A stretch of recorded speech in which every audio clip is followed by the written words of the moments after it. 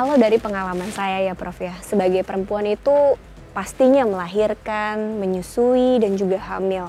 Dan juga membimbing anak-anak kita nantinya.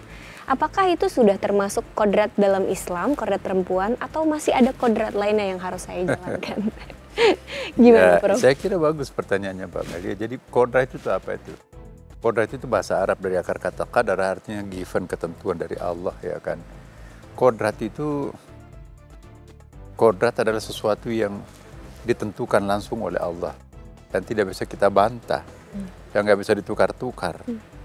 Itu yang disebut kodrat. Nah, kodrat perempuan itu ya sebetulnya tidak lebih dari 3. Kodrat perempuan itu melahirkan, ya itu yang penting. Karena laki-laki nggak mungkin melahirkan. Kan? Yang kedua, tentu sebelum melahirkan kan mengandung dulu kan. Dan yang ketiga adalah kodrat menyusui bayi itu ya kan. Jadi mengandung, melahirkan, menyusui itu namanya kodrat. Tapi perempuan harus di rumah, perempuan tidak boleh keluar-keluar kampung, tidak boleh segala macam, banyak sekali daerah terlarangnya. Itu bukan kodrat. Kodrat itu hanya 3 itu ya, melahirkan, mengandung dan menyusui. Nah, tapi kadang-kadang kita, wah itu kok perempuan keluar malam. Ya, saya ada tetangga, dia pemimpin redaksi dalam salah satu koran yang terkenal di Jakarta ya.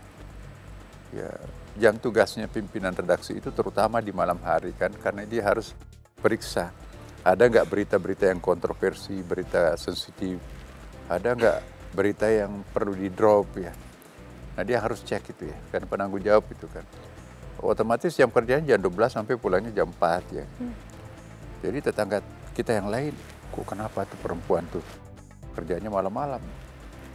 Ya. Jadi image perempuan keluar malam itu seolah-olah menyalahi kodrat. Ya.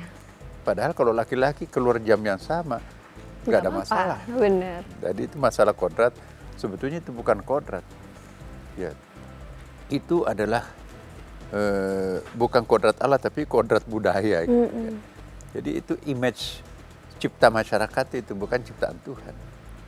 Nah, perempuan melahirkan atau perempuan hamil tuh ya.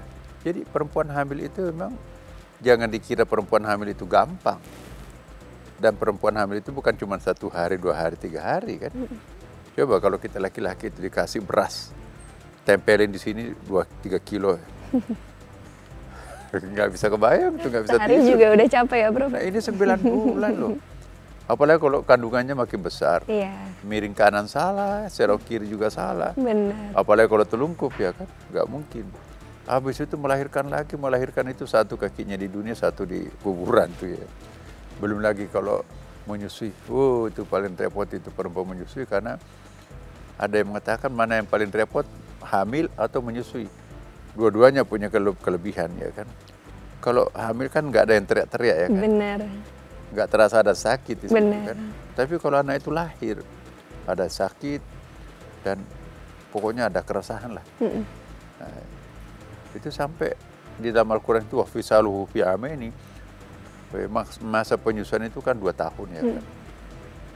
Jadi spiritual training yang dilewati seorang perempuan 9 bulan proses melahirkan, kemudian tambah 2 tahun.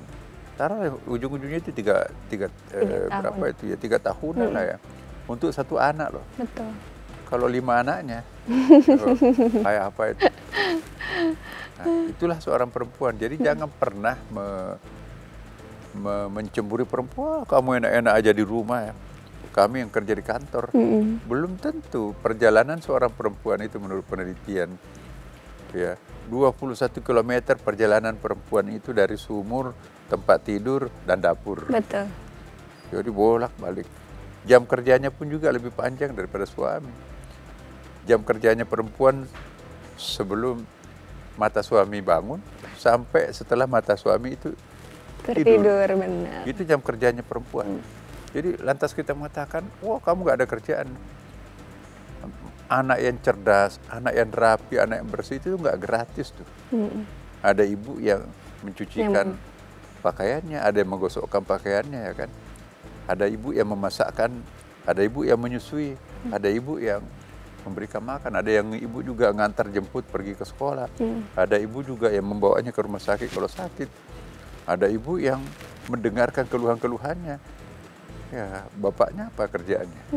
Nah itu kita tidak bisa mencemburi seorang perempuan hanya lantaran karena dia nggak ada kerjaan, hanya di rumah. Kamu itu kerjanya di rumah aja.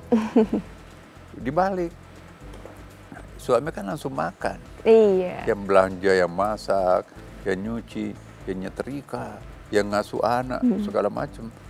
Itu energi yang dikeluarkan perempuan itu sesungguhnya itu sangat besar. Sangat besar. Nah, apalagi kalau perempuan itu bekerja juga. Suami bekerja juga kan. Jadi itu yang disebut dengan double burden. Double burden itu artinya double beban ya kan. Beban cari uang juga dan beban untuk mengasuh anak juga kan.